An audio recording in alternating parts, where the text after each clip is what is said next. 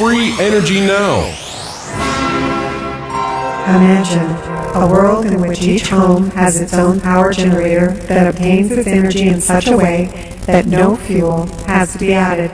Imagine every vehicle being able to run without ever stopping for fuel. Imagine each appliance having its own power source that never has to be recharged. That is the world of the future. Join with us now as we track our progress towards such a world. Welcome to the show. I'm your host, Sterling Allen. You can join us online at freeenergyquest.com. We're joined today, October 30th, 2014, by Kent Bingham, who is a Walt Disney Imagineer and was a chief engineer of Epcot. He's now working with HHO technology. We'll be talking about his Oasis machine that extracts water from air, which he said would be a great match with Solar Hydrogen Trends company that's number 2 in our top 5, produces copious amounts of hydrogen with just a little energy input. First, before we get to that, let's do our This Week in Free Energy recap. Heading the news this week is a company, GDS Technologies, that has been making a major splash around the world. They have a portable water generator, and apparently they didn't intend for people to come to their site quite yet. They're hoping to launch publicly around December 15th. And they thought that they could just build their website and, without announcing it, no one would find it, right?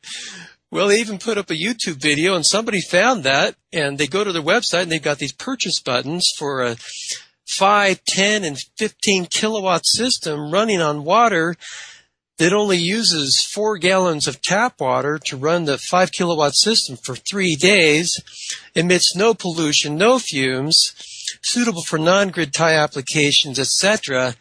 And that got a lot of people really excited. We posted a feature page about it, and I was finally able to get a hold of the inventor, Greg. What's his last name? Potter. Same as Harry Potter. Greg Potter the next morning, and got the skinny on that they did not intend for this to go public, and like you said, they took their purchase buttons down. The site's still up, information about the technology.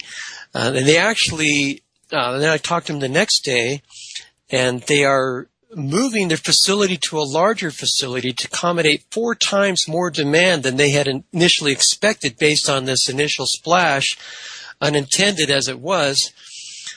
And then today, we published a story, one of our readers and inventors in our network, Jeff Miller, in looking at the video, noticed a really important piece of information. Inside of the water component, there's a Pelton wheel. And once he points out the component, you can see that that's obviously what it is.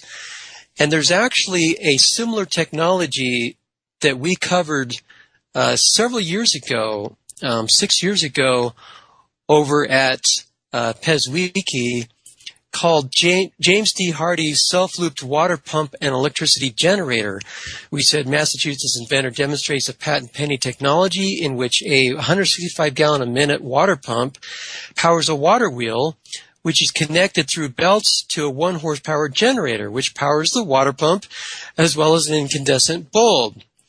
Sounds like lifting yourself up by your own bootstrap, but somehow in that process, apparently a will work of nature that we don't understand yet is being harvested, and it looks like that's what these guys have. So it's not a matter of water actually being consumed as fuel.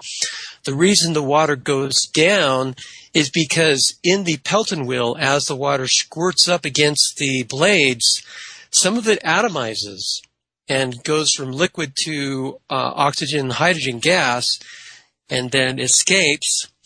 And so, hence, the water volume goes down, and you have to replenish the water, but not because the water is fuel, if that makes sense. Still exciting. Got a lot of people thinking and scratching their head. And like I said, there's several people who are working on things that are not dissimilar from this, who have interesting prototypes. And so this is not completely, new science from outside the mainstream in the fringe region. It is a technology that has been tinkered with in one form or another by quite a few other people over the years, including Jeff Miller, who's the one that noticed the Pelton wheel. He goes, I know what that is. I've seen those before, because he's playing around with a similar thing. He actually has a prototype that he's been building that is very similar to this one. And so that's why he spotted it, is because he's got one. So that's pretty exciting. We will be keeping you updated on this. The price point on it is pretty reasonable, too. Around $1,000 per kilowatt, so a 5 kilowatt system, $5,000. Not bad. It's a lot cheaper than solar or wind, and competes with, if not, could be cheaper than fossil fuel-based, grid-based power. So you could get financing, buy one of these things, and power up your house. 15 kilowatt system, $15,000. The return on investment is going to be probably 5 years, or something in that ballpark. But anyway, you get the idea. Exciting stuff. Been shared all over. One of the most popular stories we've run in 2-3 years. And so that one's one to keep track on. They've been getting 800 emails a day. If they don't respond to your email, it's not because what you're offering isn't cool, because they are overwhelmed. They're in the process of, they just moved, or in process of moving, as I mentioned, into a larger facility, over 100,000 square feet, I should say, facility. So they're serious. They really are, going after this to roll it out. He's built some 10 units so far, prototyping, and it looks like they've got a form factor thing for a production prototype. There's still some issues. There's some heat that's being developed in that Pelton wheel as the water slaps against that. And there's also a generator that's attached to it to make electricity from the rotation of the Pelton wheel. They are getting a heating up of that water chamber, which is going to contribute to a lower lifetime of the components. And so they recommend every 8 to 12 hours shutting it off for at least 3 hours to let things cool back down. I'm thinking some engineering could address that, so you don't have to do that, so you could have it continuously running and address the heat, whether it's a radiator or some other mechanism of extracting that heat or increasing the barriers or whatever causes the heat, addressing that. So fun stuff. In other news, we posted a link to a story, actually reprinted a story about Graphene 3D Lab unveils the first 3D printed graphene battery. Graphene can easily mix with the thermoplastics commonly used in FDM 3D printers.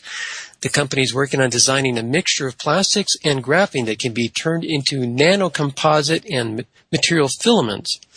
The graphene-enhanced materials can be used within any standard FDM 3D printer to fabricate a functional battery, and they've done it. They're just improving it. Also, we noted that our friend Patrick Flanagan, who actually is the one who brought this water fuel technology, we were calling it a water generator, but it's not, because it's, like I said, consuming fuel. But he's the one that brought that to our attention. He actually plunked down when they still had the PayPal buttons up, he plunked down the $5,000 some for a 5 kilowatt system. And by the next day, they had 10 orders that people you had say, I want one, and they put the money down, and he was going to refund all those. I told him how to do that through PayPal. But Patrick Flanagan remembers his lifetime as Nikola Tesla.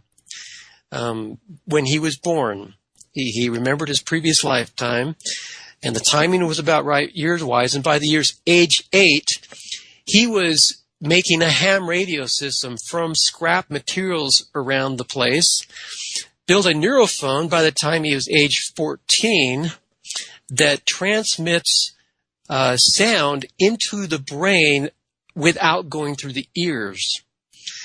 And he's been working on other things sidetracked. He has had a neurophone available, but it's been expensive and some issues and whatnot. They did a crowdfunding project to roll these things out on a much cheaper one. And when I checked a few days ago, before we ran this story, they were 2.5 times over their financial goal with 21 days left to go. Not bad. And part of that's because you can actually pre-purchase one of these things. So your contribution is actually going toward getting one. And it's been very popular. Over 1,000 people helped support that project. So little fun, parallel events, so to speak.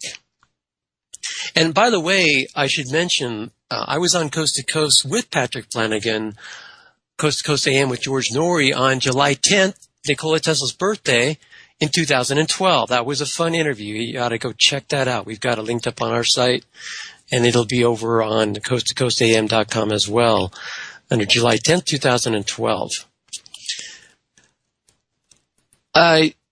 One other thing, just mention, I did put up a story in my Greater Things News, which is actually where freeenergynews.com got its birthing 12.5 years ago. I was running this polemic about religion and politics.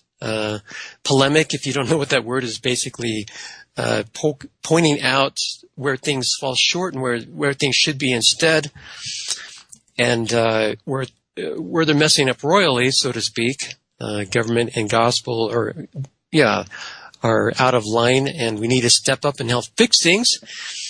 And I've been doing this Discerning Sunday School class since August 10th, once a week. I dig through the lexicons and show some really interesting things, taking a topic that's covered in the local Mormon Sunday school, and take it much deeper for, I call it the graduate studies for the remnant. Well, somebody in church headquarters saw one or more of those videos and saw something I said about the ones mighty and strong stepping up to the plate. There's 144 of these guys walking around, and gals, who some of them know it, some of them don't, and they need to step up and do their thing and help bring goodness to the planet, whether it's in health, government, law, education, churches, whatever. We all have a mission to perform. Step up and do it.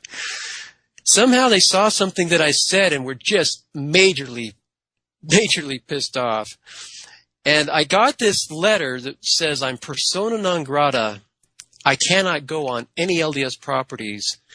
And they cited an instance. They said that there was a disturbance where there were members and leaders fearing for their safety.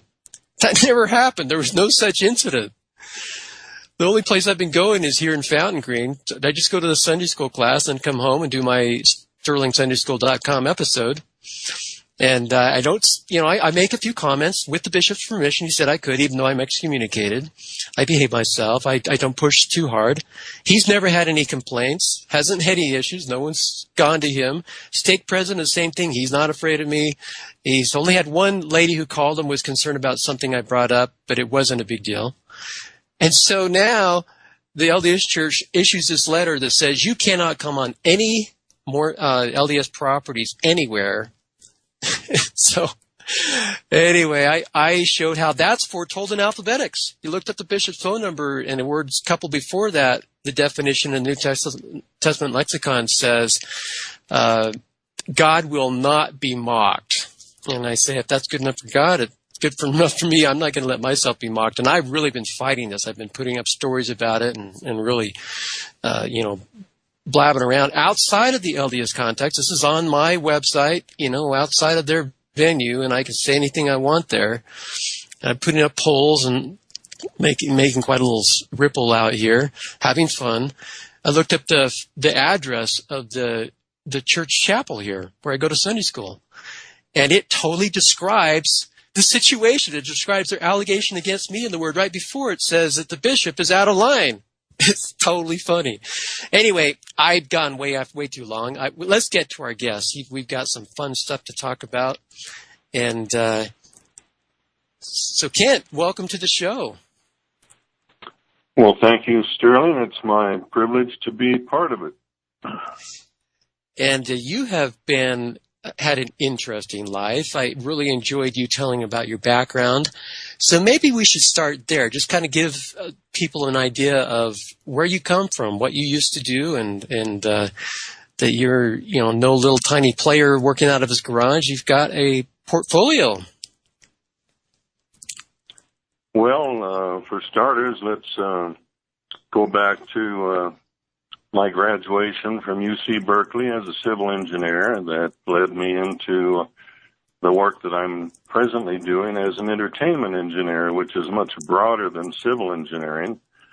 And to make the journey from civil engineer to entertainment engineer, I went through the Queen Mary, I went through Knott's Berry Farm, and on all of these projects, I was either a principal or a chief engineer. And then I encountered a Disney graduate named Roland Crump, who's the father of Small World, and he hired me to do a Circus World project with him in Florida. And he's the one that endorsed me for the job at Imagineering in 1977, where I was hired as chief structural engineer for the Epcot project. And that led to 6 years at Imagineering, a wonderful time where I fell in love with the concept of Epcot. And my pursuit of energy is really a continuation of the Epcot dream as we do full-blown cities of the future. We're presently working on one in Arizona. My good friend Russell Voorhees is the developer, and he has a strong interest in hydrogen, as do I. Along the way, I had the opportunity to start building battery-powered trolleys, starting with the farmers market in West LA. And that has led to, we have an ongoing contract right now to put up 4 battery-powered trolleys in Aruba that are fueled by hydrogen running through a fuel cell. So I'm quite comfortable with hydrogen as a fuel, and that indirectly led to my working starting in 2008 on alternative energy devices that were a response to the price of gasoline going over $4 a gallon. And I and my friends decided to form a new company called Green Energy Machines. We filed an LLC in Nevada and went after 3 forms of energy. Tesla energy, permanent magnet energy, and my favorite that I've pursued is the energy in water.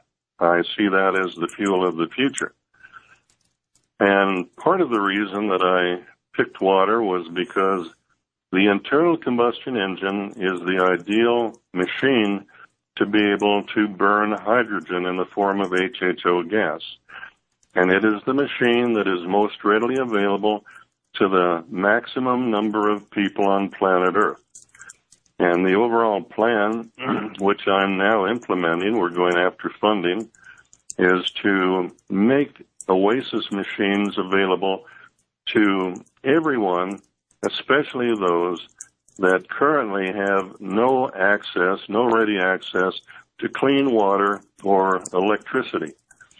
And by burning HHO gas, which you obtain from water splitting in an internal combustion engine, anybody on the planet who knows how to tinker with an internal combustion engine can have an Oasis machine. So recently, I discovered that rather than having to build an Oasis machine from scratch, I can simply assemble components off the shelf using a few tricks that I learned from you, Sterling, such as looping, to get to the over-unity energy that's in water. And so I was really excited to see the GDS portable generator system, and I think that's one of the outstanding inventions of the past 100 years.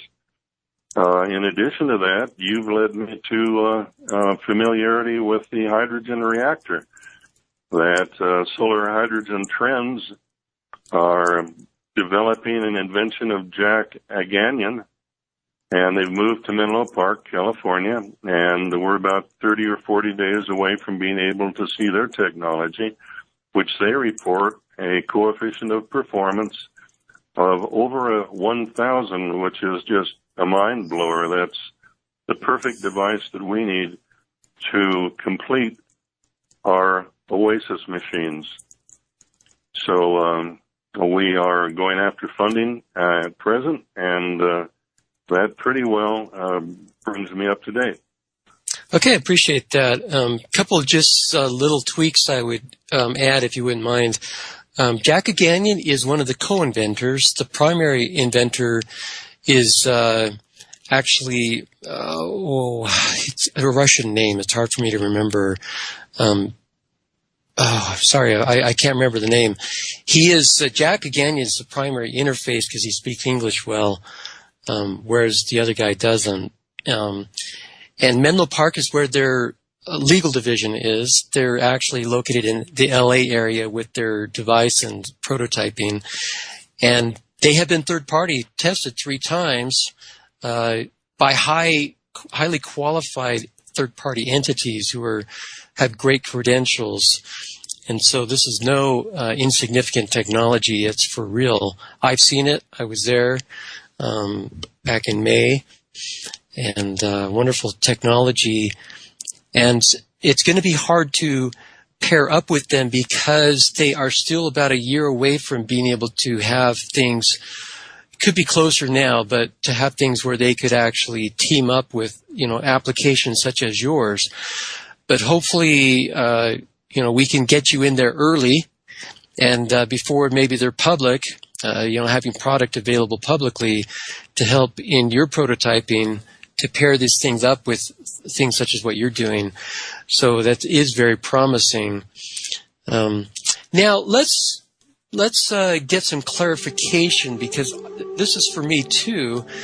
We're about to go to break here, but when we come back from break, explain to us what this Oasis machine is. What does it do? What is its purpose? Because you're talking about water and you're talking about energy. Is it doing both or one or the other, or how does that work?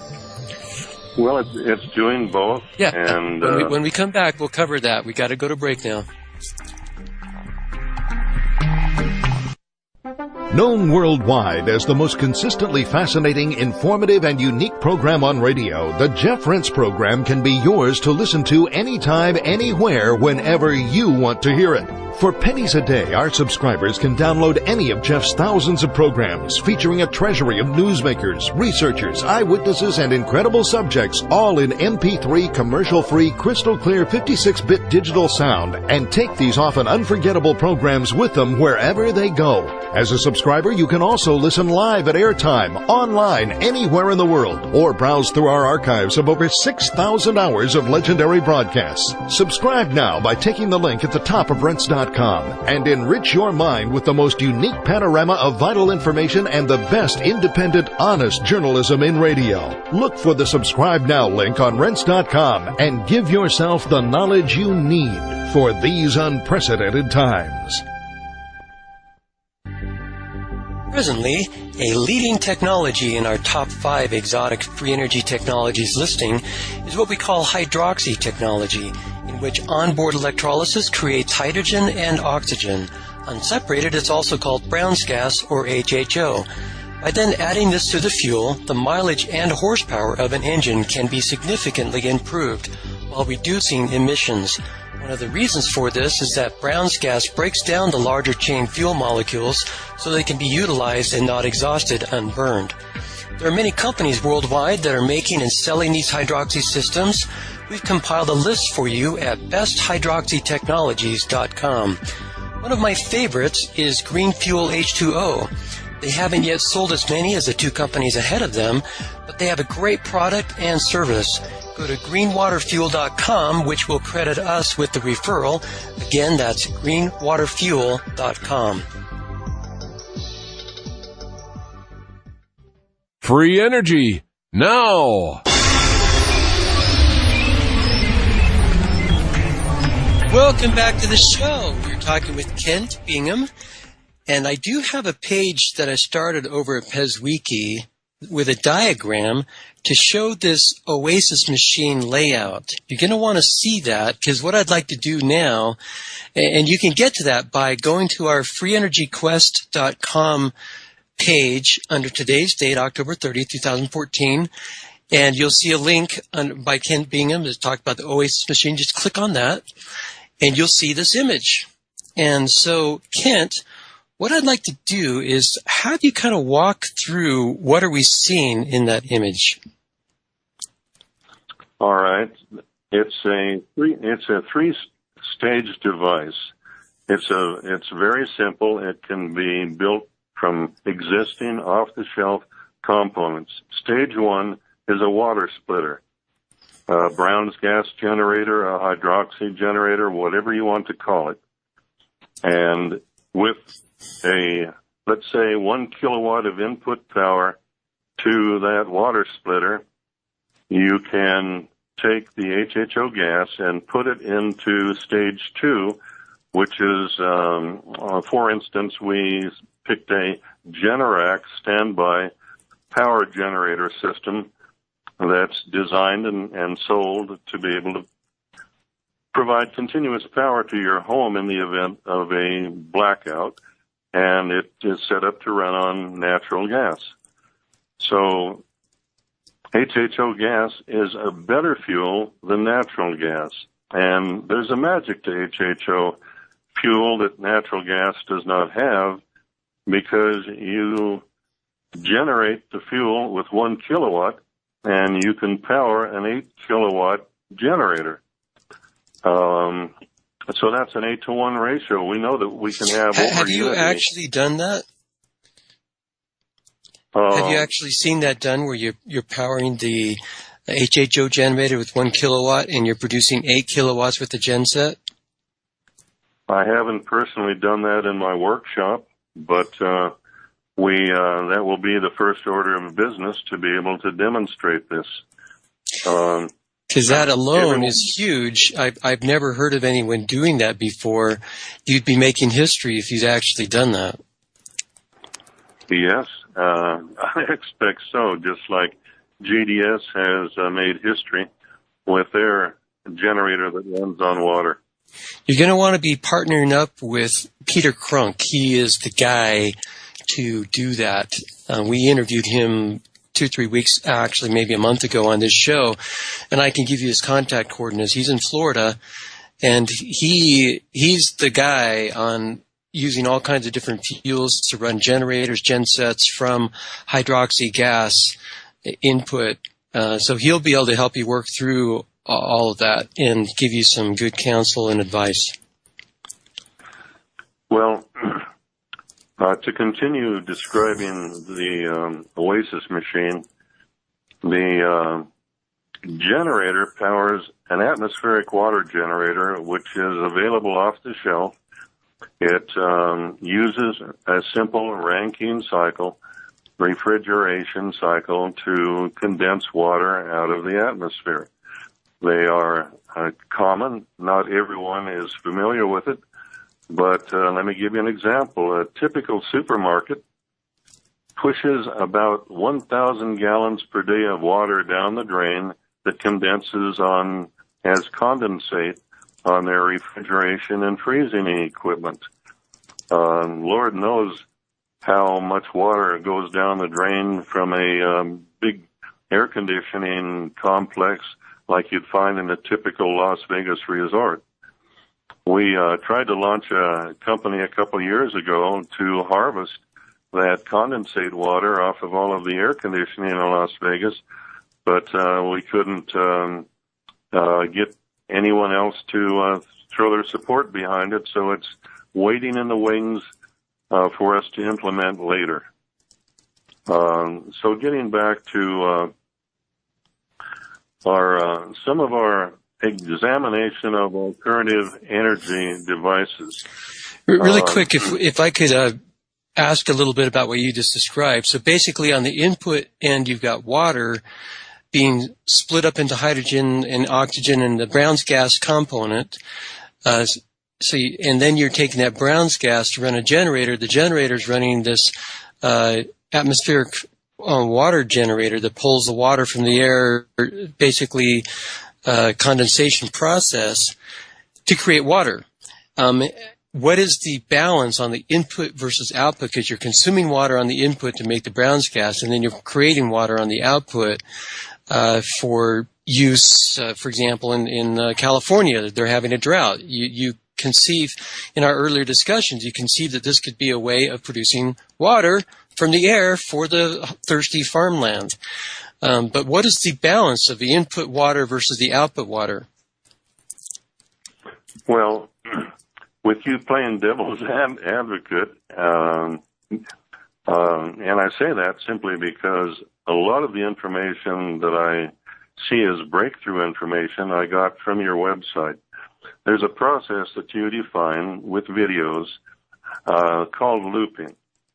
And you show a video of a person with a shop cart, and on that shop cart are several components: a water splitter, a rheostat to control the output of the HHO gas, a genset or an electric generator that's running on the HHO gas, and the power cord from the generator goes to the water splitter.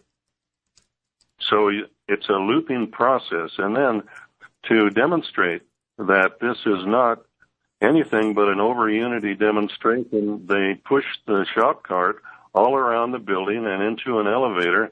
Meanwhile, a 400-watt light is continuing to glow on their cart.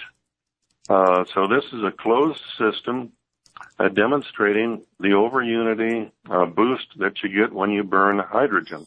Let me give you another example in cold fusion. Pons and Fleischmann created a rather remarkable event in the University of Utah when they demonstrated that they were getting a lot more energy out than they were putting in, and their process was very simple. One of the ways to burn water is to put water into contact with a plasma arc. Now, their device, the cold fusion machine, simply did that. Some people call it a star in a jar because it creates a great deal of light and a great deal of heat. And later on, the disinformation experts came in and said, oh my goodness, you have to have heavy water, and you have to generate hydrogen-3 as a proof of fusion. Well, Pons and Fleischmann never called it fusion. That was put in by the disinformation experts. They used a palladium catalyst as one of the electrodes, and there are several other electrodes and other catalysts that could be used in the process. But it's a very simple process of water in contact with a plasma arc creates an incredible boost of energy. And this was used by Stanley Meyer in his water-powered dune buggy, where he holds the Canadian patent for a water-burning spark plug. And he used a combination of HHO gas down the carburetor and the water-burning spark plug to pull a double whammy, a double energy whammy, to get milk all of the energy he could out of water. And he got remarkable results. He claimed that he could drive cross-country on 18 gallons of water.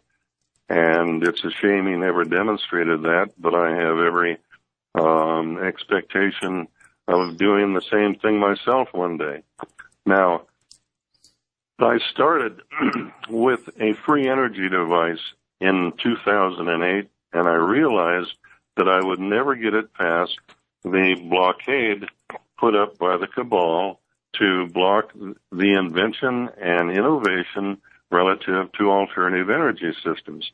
You just couldn't get anything funded. And if you move forward trying to commercialize your free energy device, like Stanley Meyer and Denny Klein and Bob Boyce did, you'd be shut down by the powers that be. So I decided I have to pursue this free energy device. I have to find a shield to develop it behind, and I decided that shield would be the production of water. So I defined a simple refrigeration unit that produces hot air and cold air. The cold air is used to condense water out of the atmosphere, and it required a free energy device to make it feasible. For an Oasis machine, you have to keep it running 24/7. If you tried to buy the electricity from the Edison company, you'd go broke very quickly. So you need a free energy device to power an Oasis machine. And as I got farther into it, I began to realize that the production of water is just as important as the production of energy, especially with today's drought conditions in California and in Brazil. So continuing our research into the fact that we've seen many people succeed with running automobiles on 100% HHO gas, and talk to people who build and sell fuel economizers for installation under the hood of your car. A few people have actually created a high enough output of gas in terms of cubic feet per minute to be able to eliminate the need for gasoline in their automobiles, and they're able to run them on 100% HHO gas. And the power that produces the HHO gas comes off of the car's electrical system. And since a car is a closed system with no other energy inputs possible as the car is driving down the road, that's a wonderful demonstration of the over-unity process. Just like the shop cart that you feature on your website, Sterling. Right, and in that scenario that you keep bringing up, this whole idea of the Brown's gas production and consumption, that somehow there's, and the person who articulates this very well and going through the science of how it happens, and he proposes a model, is Murray King in Orem, Utah.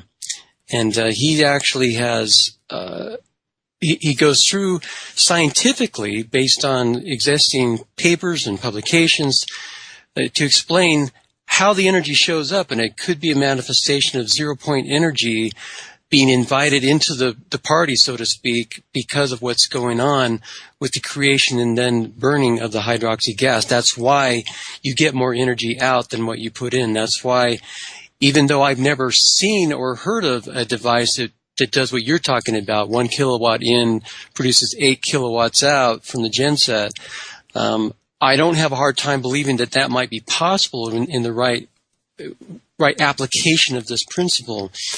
And so it's an interesting concept, and what I'm saying is that this is not junk science. This is new science. It's a new plug into the wheelwork of nature that ought to be pursued.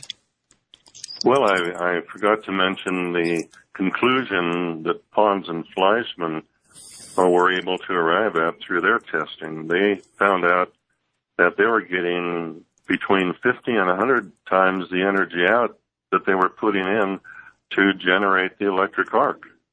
And that's pretty well demonstrated and documented. And it's a testimony to the fact that every form of burning water results in an over-unity process with a coefficient of performance.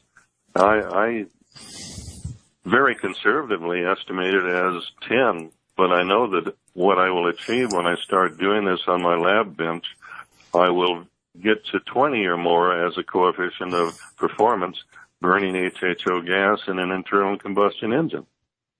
And if that doesn't do it, I will go for the water spark plugs. You see, I'm accustomed to using the shotgun approach to everything that I do. And I haven't mentioned as my background as the contributor to a lot of commonly known toys in Las Vegas, starting with the Treasure Island pirate ship and the Las Vegas monorail, where I was the engineer of record. Also the Bellagio O Show and the Rio Mardi Gras in the sky. So in all of these instances, we were able to take a one-of-a-kind prototype and bring it into completion with 100% reliability. And the best example of that is I was the engineer of record on the earthquake project at Universal Studios Hollywood, and my responsibility was to handle the building design, the review, third-party review of all of the special effects, show action equipment in the earthquake, and it's still operating today, 27 years after we opened it. And so I'm accustomed to taking devices like my Oasis machine and continuing to use multiple approaches to arrive at the finished product, which I know is there, even though I haven't demonstrated it on my personal lab bench. I know that the over unity effect is there, and I will be able to operate the Oasis machine and demonstrate that fact as soon as we get our funding, which we're applying for even as I speak. Now, would it be safe to say that your Oasis machine is not only producing water, but it's also producing energy? So this basically has two products, electricity and water. That's absolutely right. So the objective is to go to distributed power in contrast to centralized power, to be able to eventually replace the large centralized power plants powered by coal, by natural gas, by diesel. These are billion-dollar power plants that are all over the Southwest, generating energy for Arizona, for California, for Nevada. And they pollute like crazy with their, especially those that are powered by coal. We can completely replace those power plants with distributed GDS generators running on water, with distributed Oasis machines, with a power range anywhere from 8 to, let's say, 20 kilowatts, which is sufficient to power a home.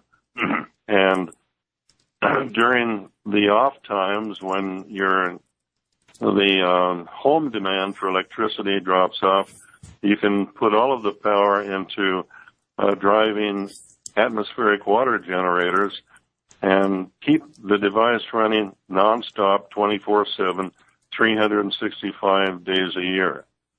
I happen to be very adverse to overhead wires. That's why I developed, when I had the opportunity, a battery-powered trolley for the farmers market in L.A., and we continue to use battery power for all of our electric vehicles. I went on to develop 2 prototypes for the San Diego Zoo, and we didn't have the opportunity to take them from prototype to production, but I still have those battery-powered vehicles, and they are the best machines I have ever built. And they gave me a lot of information that I needed to carry forward into the work we're now doing with transportation systems. I don't know if I've told you about our Smart Skyways website, where we have a complete selection of automated people movers that we offer to the world. But thanks to the fossil fuel boys that bought up and buried all of the streetcars in America, they don't like public transportation systems that don't consume a lot of fuel. So we have SmartSkyways.com. Pardon? That's SmartSkyways.com. Skyways.com is our website. And our trolley building website is TIG-M.com. TIG stands for Transportation Innovations Group. And that plant is in Chatsworth, California. I'm the principal stockholder in that company, and I'm not involved in the operations of that company.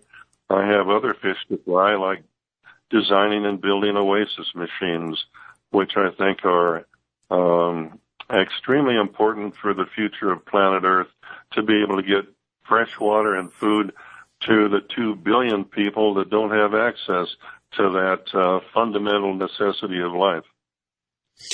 Aren't you living in the Utah Valley area right now? Yes, I'm living on the mountain up above BYU in Provo. I've got the best front yard in the world, which is the BYU campus. It's beautiful. And I'm living on the mountain just under the Y that is up on the mountain above BYU. I used to go jogging up there. I had an apartment up there for a year or so before. That was years ago. But I mentioned that because you've got some neighbors in that area. Steve Dell of greenfuelh2o.com is one of the best hydroxy technology guys in the world, and he's right there, a few miles from you. And then also Moray King, just over the hill, also, like 4 miles from Steve. He's up there in Orem. And then you've got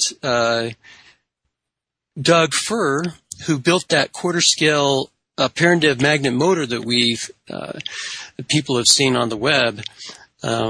We never got it to work, but he's a great machinist. And so you've got a great team, some theoretical and practical, and might actually be a good move, so to speak. Sterling, you and I have got to talk considerable after we finish this broadcast, because I need those names, I need those phone numbers. I'm currently negotiating with qualified contractors, and I've already been to 2 companies that I have known the principals for over 30 years that have been with me in building all of these prototypes for the entertainment industry. And by the way, I operated a company in Burbank, California for 20 years called Entertainment Engineering, and it was that company that did all of the work in Las Vegas, as well as our work on Universal Studios, Hollywood, and in Florida. And this was all after I left Disney. So I closed that office at the end of 2007, and that's when I started my research into energy and transportation systems. All of this is part of building a city of the future. Energy, transportation, food production, it's all components, key components that we need to build a city of the future. And the city that we're pursuing in Arizona, working with ASU, Arizona State University, is called Kaya. It's a historical name that Russell Voorhees has selected, and it's as good as as good a name as Epcot, which Walt Disney selected. It's a community of the future where we will showcase all of these technologies, all of these transportation systems, and a totally new way of living. Brought to you by PES. Well, thank you, Kent. We appreciate it, and good luck on your project. Well, thank you, Sterling. I'm looking forward to continued conversations as you tell me about all of this talent in Utah. I can't wait to meet them. Will do. All right. Thanks very much. That's PESWIKI.com. PES, the Pure Energy Systems Information Network. You're listening to the Rents Radio Network, nationwide and worldwide on the net and at rents.com. People to come to their site quite yet. They're hoping to launch publicly around December 15th. And they thought that they could just build their website and, without announcing it, no one would find it, right? Well, they even put up a YouTube video, and somebody found that, and they go to their website, and they've got these purchase buttons for a 5, 10, and 15 kilowatt system running on water that only uses 4 gallons of tap water to run the 5 kilowatt system for 3 days, emits no pollution, no fumes, suitable for non-grid tie applications, etc. And that got a lot of people really excited. We posted a feature page about it, and I was finally able to get a hold of the inventor, Greg. What's his last name? Potter, same as Harry Potter. Greg Potter the next morning, and got the skinny on that they did not intend for this to go public, and like you said, they took their purchase buttons down. The site's still up, information about the technology. And they actually, then I talked to them the next day, and they are moving their facility to a larger facility to accommodate 4 times more demand than they had initially expected based on this initial splash, unintended as it was. And then today, we published a story, one of our exciting stuff, been shared all over. One of the most popular stories we've run in 2-3 years. And so that one's one to keep track on. They've been getting 800 emails a day. If they don't respond to your email, it's not because what you're offering isn't cool, because they are overwhelmed. They're in the process of, they just moved, or in process of moving, as I mentioned, into a larger facility, over 100,000 square feet, I should say, facility. So they're serious. They really are, going after this to roll it out. He's built some 10 units so far, prototyping, and it looks like they've got a form factor thing for a production prototype. There's still some issues. There's some heat that's being developed in that Pelton wheel as the water slaps against that. And there's also a generator that's attached to it to make electricity from the rotation of the Pelton wheel. They are getting a heating up of that water chamber, which is going to contribute to a lower lifetime of the components. And so they recommend every 8 to 12 hours shutting it off for at least 3 hours to let things cool back down. I'm thinking some engineering could address that so you don't have to do that, so you could have it continuously running and address the heat, whether it's a radiator or some other mechanism of extracting that heat or increasing the barriers or whatever causes the heat, addressing that. So, fun stuff. Free energy now. Imagine a world in which each home has its own power generator that obtains its energy in such a way that no fuel has to be added. Imagine every vehicle being able to run without ever stopping for fuel.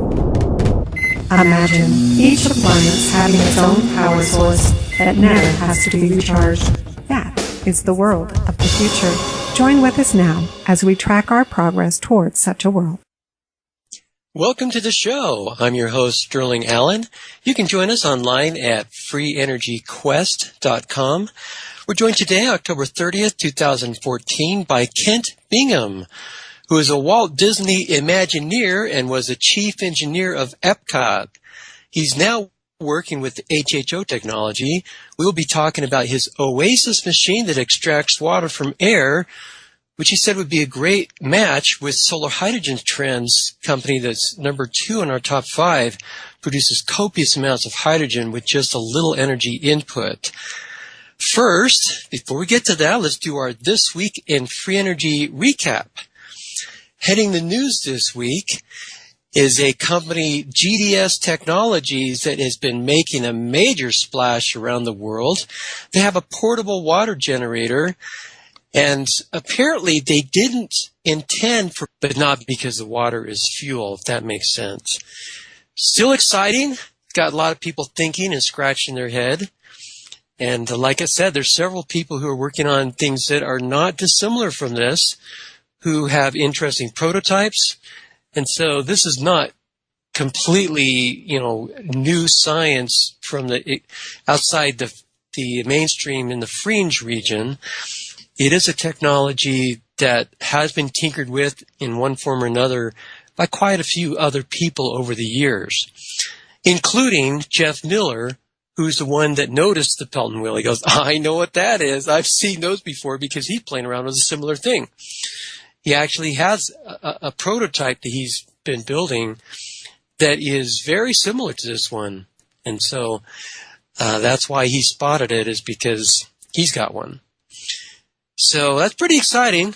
We will be keeping you updated on this. The price point on it is pretty reasonable, too.